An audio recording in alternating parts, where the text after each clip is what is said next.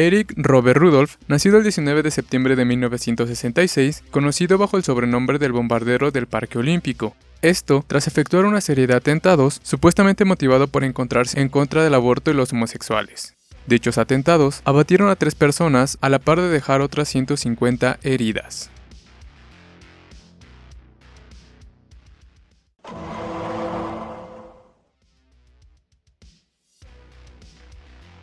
Como se dijo a un inicio, Eric nacería en el año de 1966 en Florida, y tras el fallecimiento de su padre en el año de 1981, él junto a su madre y sus hermanos se mudaron a Carolina del Norte.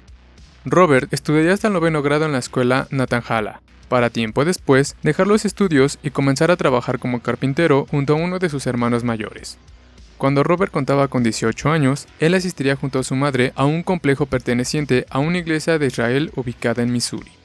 Tiempo más tarde, Robert se enlistaría en el ejército de los Estados Unidos, recibiendo entrenamiento básico en Fort Benning, ubicado en Georgia. Sin embargo, para el mes de enero de 1989, Robert sería dado de baja del ejército debido a su consumo constante de marihuana.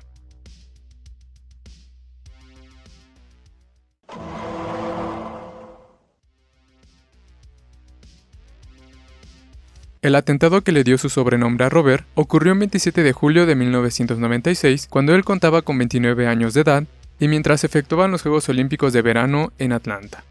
Cabe destacar que se comenta que el propio Robert efectuaría una serie de llamadas de forma anónima al 911 advirtiendo sobre la bomba. Por otro lado, cuando el dispositivo detonó, este abatiría a una mujer de nombre Alice Hawthorne a la par de herir a otras 111 personas. Junto al antes mencionado, es importante destacar que un camarógrafo turco de 40 años de edad, que había sobrevivido a cubrir 3 conflictos armados, perdería la vida producto de un infarto cuando se dirigía a cubrir la explosión antes mencionada. Por otro lado, un guardia de seguridad de nombre Richard Jewell sería implicado en el atentado, a pesar de ser él quien descubrió un artefacto explosivo y ayudó a desalojar a la gente. Sin embargo, tiempo después Robert declararía que el guardia de seguridad antes mencionado no tuvo nada que ver con su atentado, pese a que Jewell se convirtió en ese momento en el sospechoso principal del bombazo. Junto a lo antes mencionado, Robert confesaría haber efectuado 3 atentados más. El primero, el 16 de enero de 1997, en una clínica de abortos ubicada en Atlanta. El segundo, el 21 de febrero de 1997, teniendo como objetivo un bargate donde hirió a 5 personas. Y finalmente el tercer atentado se daría el 29 de enero de 1998, una vez más teniendo como blanco una clínica de abortos ubicada en Atlanta. Como dato a destacar, todas las bombas colocadas por Robert estaban cargadas con una serie de clavos, los cuales fungirían como metralla.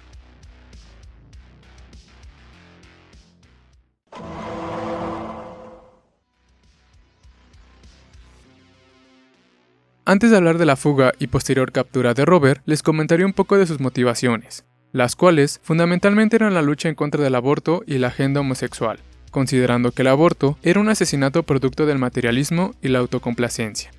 Junto a lo antes mencionado, Robert también luchaba en contra de la legitimación de la homosexualidad, justificando que protegía la integridad de la sociedad estadounidense y el hogar familiar tradicional. Por otro lado, y pese a tener un acercamiento a un movimiento de identidad cristiana, Robert negaría tener algún tipo de afiliación con este tipo de movimientos ni haber sido influenciado por estos para sus atentados. Sin embargo, algunos medios de comunicación presentaban a Robert como un extremista de la identidad cristiana, llegando a catalogarlo como un terrorista cristiano. Junto a lo antes mencionado, The Voice of America informaría que Robert estaba siendo utilizado como imagen para desvirtuar la fe cristiana, dado que se comentaba que estos movimientos estaban forjando una especie de pureza racial y social. Continuando con lo antes mencionado, los autores Michael Sherner y Dennis McFarlane vieron la historia de Robert como el ejemplo del extremismo religioso en los Estados Unidos. Sin embargo, en cada oportunidad que podía, Robert negaba todo este tipo de acusaciones.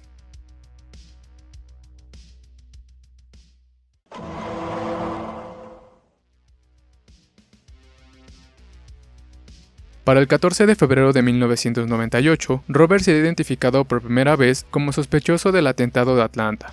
Esto tras la declaración de un par de testigos, los cuales afirmaron ver a Robert escapando de la escena del crimen.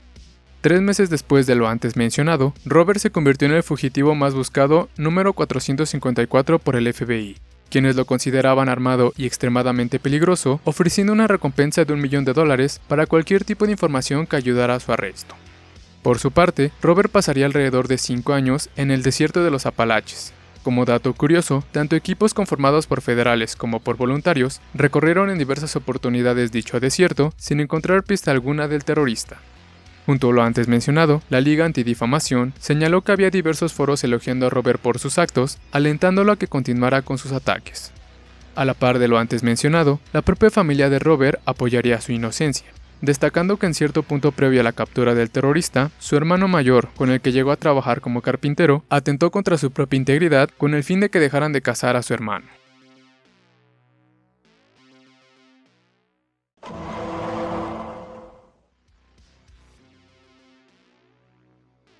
Finalmente, para el 31 de mayo del 2003, Robert sería arrestado en Carolina del Norte por el policía novato Jeffrey Scott. Esto cuando el fugitivo se encontraba hurgando dentro de un contenedor de basura. Cabe destacar que en un inicio, el oficial Scott pensó que Robert estaba a punto de cometer un robo. Por otro lado, se comenta que al momento de su arresto, Robert se encontraba desarmado y no se resistió a su aprehensión. También es importante destacar que el fugitivo se había teñido el cabello y vestía un abrigo de camuflaje. Para el 14 de octubre del 2003, Robert sería acusado por los federales, y para el 8 de abril del 2005, el Departamento de Justicia informaría que Robert había aceptado un acuerdo declarándose culpable de todos los cargos, esto con la finalidad de evitar la pena de muerte. Cabe destacar que los términos del acuerdo de culpabilidad aceptado por Robert consistían en que él revelaría la ubicación donde había escondido explosivos en los bosques de Carolina del Norte, siendo encontrados alrededor de 110 kilogramos de dinamita, a la par de cumplir 4 cadenas perpetuas consecutivas, siendo sentenciado formalmente el 18 de julio del 2005 y encarcelado en la prisión federal ADX Florence.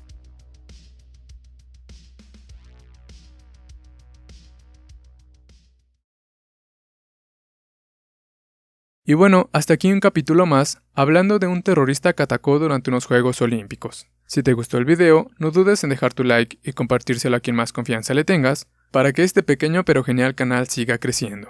Yo soy tu amigo Kenji Black y esto fue Pasajes Criminales.